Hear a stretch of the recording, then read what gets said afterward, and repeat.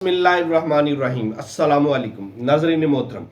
आज हम आपको सऊदी वर्क वीज़ा हासिल करने के लिए आने वाले जितने भी स्टेप्स हैं और वो मुश्किलात, असल में मुश्किलात हम डिस्कस करेंगे। कोई भी कैंडिडेट ये सोचता है कि मैंने सऊदी अरेबिया जाना है, क्योंकि पाकिस्तान में इस वक्त 21 साल एवरेज एज ऐसी है जिसमें सबसे ज़्यादा पॉपुलेशन है, और सऊदी अरेबिया के लिए एलिजिबिलिटी एज भी 21 साल ही है। अब 21 साल पूरी होने के बाद बंदे को सबसे पहली मुश्किलात किस में आती है? पासपोर्ट का हसूल। पिछले 10 माह में पाकिस्तान में 1,65,000 पासपोर्ट का बैकलॉग क्रिएट हो चुका है। नॉर्मल पासपोर्ट पाकिस्तान में बन नहीं रहा, और रिसेंटली सोने पे सुहागा ऐसा हुआ कि पिछले चंद दिनों से अर्जेंट और एक्सप्रेस सर्विस वाले पासपोर्ट भी डिले होना शुरू हो गए। ये वो सर्विस थी जो पहले लोग ज्यादा पैसे भर के हासिल कर रहे थे, मगर चंद दिनों से उसमें भी मुश्किलात आ रही हैं, उसमें भी डिले हो रहा है। सिफारिश के साथ तो मिल रहा है, नॉर्मल आम इंसान बड़ी मुश्किल से हासिल कर पा रहा है। यानी एक 3,000 या 5,000 का जो पासपोर्ट बनता है, उसकी फीस या तो बंदा कम से कम 10,000 रुपया भरे या 25,000 रुपया भरे, फिर पासपोर्ट मिलेगा। यानी मुश्किलात इधर से शुरू हो रही हैं। ये नहीं कि आपकी मुश्किलात एम्बेसी से शुरू हो रही हैं। मुश्किलात का फर्स्ट स्टेप ये है। सेकंड स्टेप, पासपोर्ट आपने हसूल कर लिया, अब जॉब का हसूल, अच्छा वीजा हसूल। उसमें सबसे पहले ये जो फ्रॉड एलिमेंट्स हैं, धोखेबाज हैं, वो आ जाते हैं। उनकी मिसाल आपको इतनी देता हूं कि इतने ज्यादा धोखेबाज हैं कि आप किसी भी एतमाद ऑफिस में जाए, फिंगरप्रिंट ऑफिस में जाए, वहां पे कम से कम 1,000 अफराद होते हैं डेली फिंगरप्रिंट करवाने वाले। एक सेंटर की बात की जा रही है। लाहौर, कराची, इस्लामाबाद, मुल्तान, पेशावर, कितने सेंटर्स हैं, जिनमें से लाहौर, मुल्तान और पिंडी वगैरह में तो तादाद इससे भी ज्यादा हो जाती है।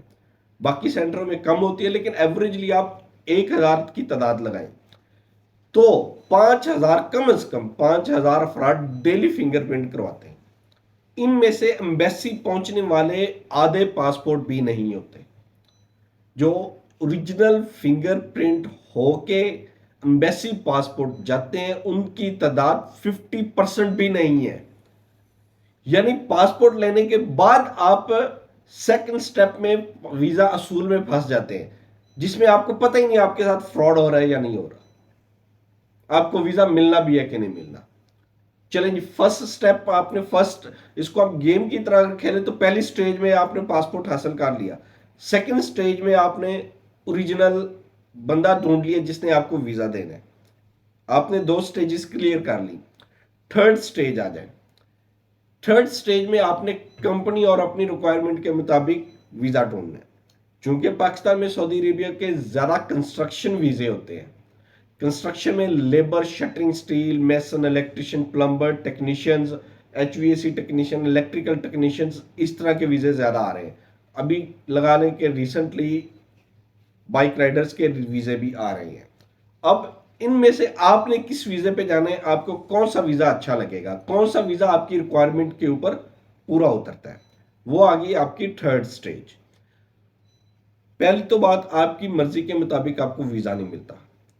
किसी भी एजेंसी में आके बोलने वाला बंदा या कहने वाला बंदा यही कहता है कि मुझे पैकिंग का वीजा चाहिए, फैक्ट्री वर्कर चाहिए, इंडोर लेबर चाहिए, स्टोर इंचार्ज चाहिए।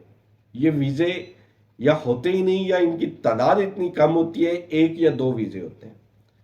थर्डली, बंदे कहते हैं कि हमें बाइक राइडर का वीजा मिल जाए। वो यहाँ पे बाइक घुमा के, उठा के, व्हीलिंग करके समझते हैं कि उन्होंने बाइक चलाना सीख लिया और बाइक चलाना इजी टास्क है। बाइक चलाना इजी टास्क नहीं है। एक कंस्ट्रक्शन लेबर, ये जहन में रखे, कंस्ट्रक्शन लेबर सबसे मुश्किल जॉब समझी जाती थी सऊदी अरेबिया में। एक कंस्ट्रक्शन लेबर से भी मुश्किल काम है बाइक राइडर।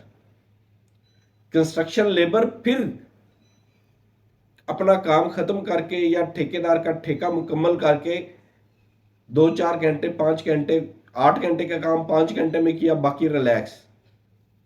बाइक राइडर 16-16 घंटे काम करता है, 14-14 घंटे काम करता है। इतना काम नहीं करेगा तो वो प्रॉपरली पैसे नहीं कमा पाएगा। और काम भी कितना 50 डिग्री सेंटीग्रेड की गर्मी में करना है, सड़कों के ऊपर करना है। ऊपर 50 डिग्री सेंटीग्रेड की गर्मी, नीचे फर्श जो उसका तारकोल का सड़क होती है वो 60 डिग्री सेंटीग्रेड फील कराता है। और खुदा ना खास्ता वहां पे हो जाए बाइक पंचर, लग पता जाता है बंदे को, नानी याद आ जाती है ये चीजें बर्दाश्त करने में। चलें नेक्स्ट स्टेप पे जाते हैं। ये सारी चीजें हमने कर ली।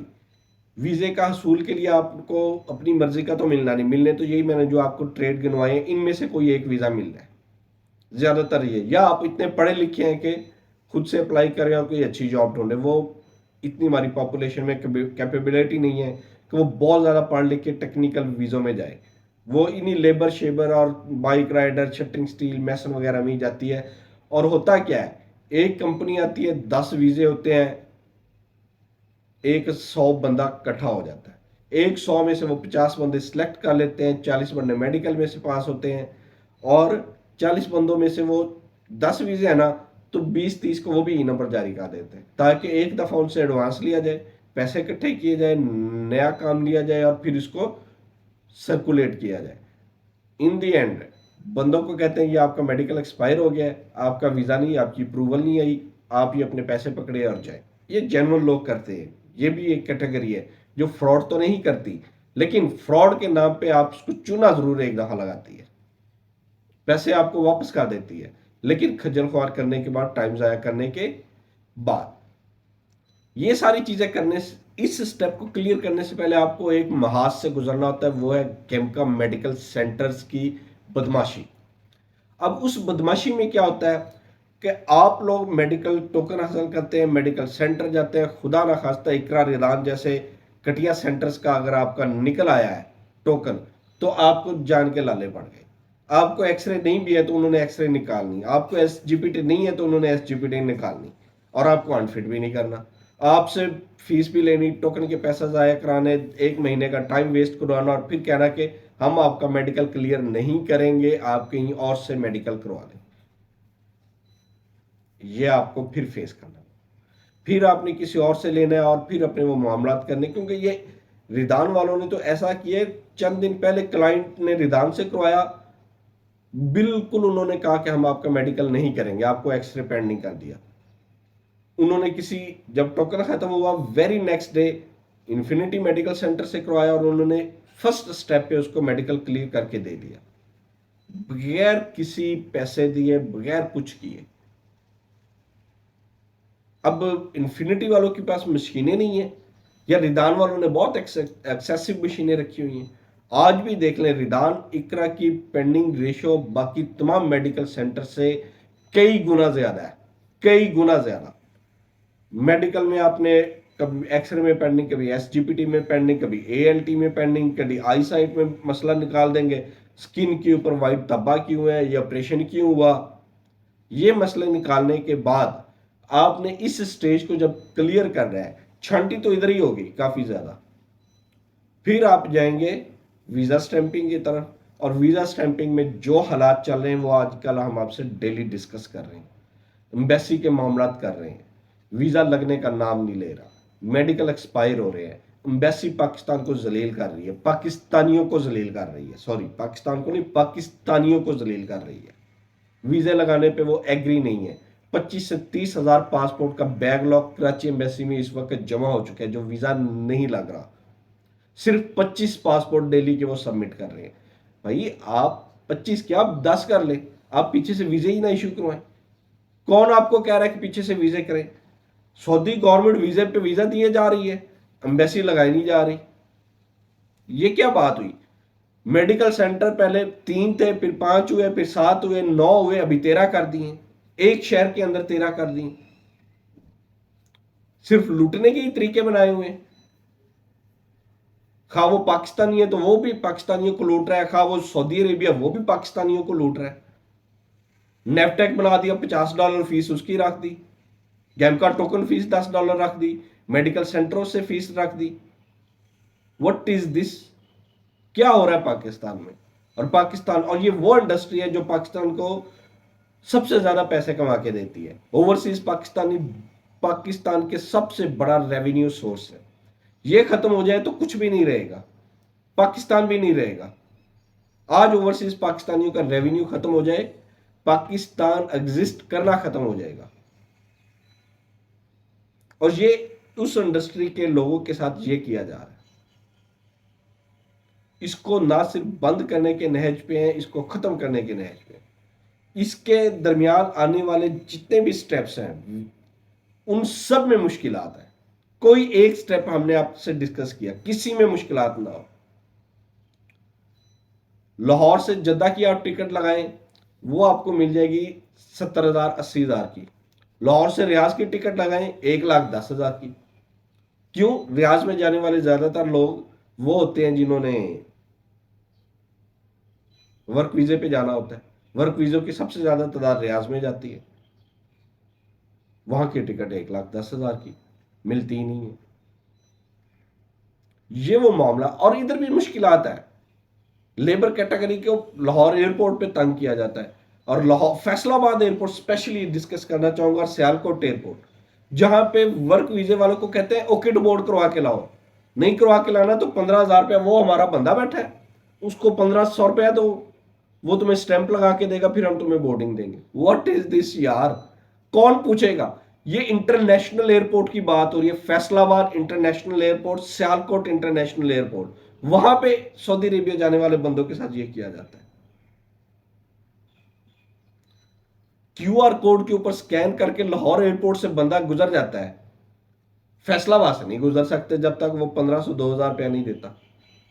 नहीं गुजरने देते।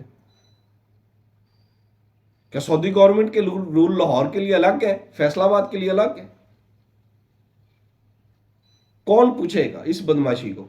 ये सारे सिविल एविएशन वाले और वो जो उनकी सीए फोर्स है वहां पे, एयरपोर्ट सिक्योरिटी फोर्सेस, वो कर रहे हैं।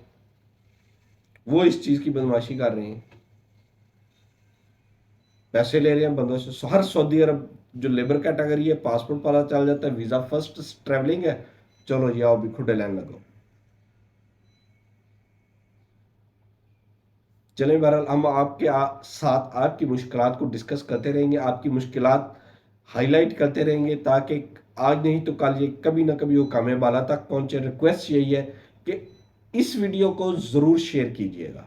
इसमें आप लोग की मुश्किलात का डिस्कस किया गया है। हो सकता है आपके शेयर करने से वीडियो ऐसे बंदे तक, नेक बंदे तक पहुंच जाए जो इन मुश्किलात को हल करना चाह रहा हो या कर सकता हो। तो रिक्वेस्ट हमारी वही है, इसको लाइक करें, सब्सक्राइब करें और शेयर करें, ज़्यादा से ज़्यादा शेयर करें। अल्लाह ताला आपका हामी नासिर हो। अल्लाह।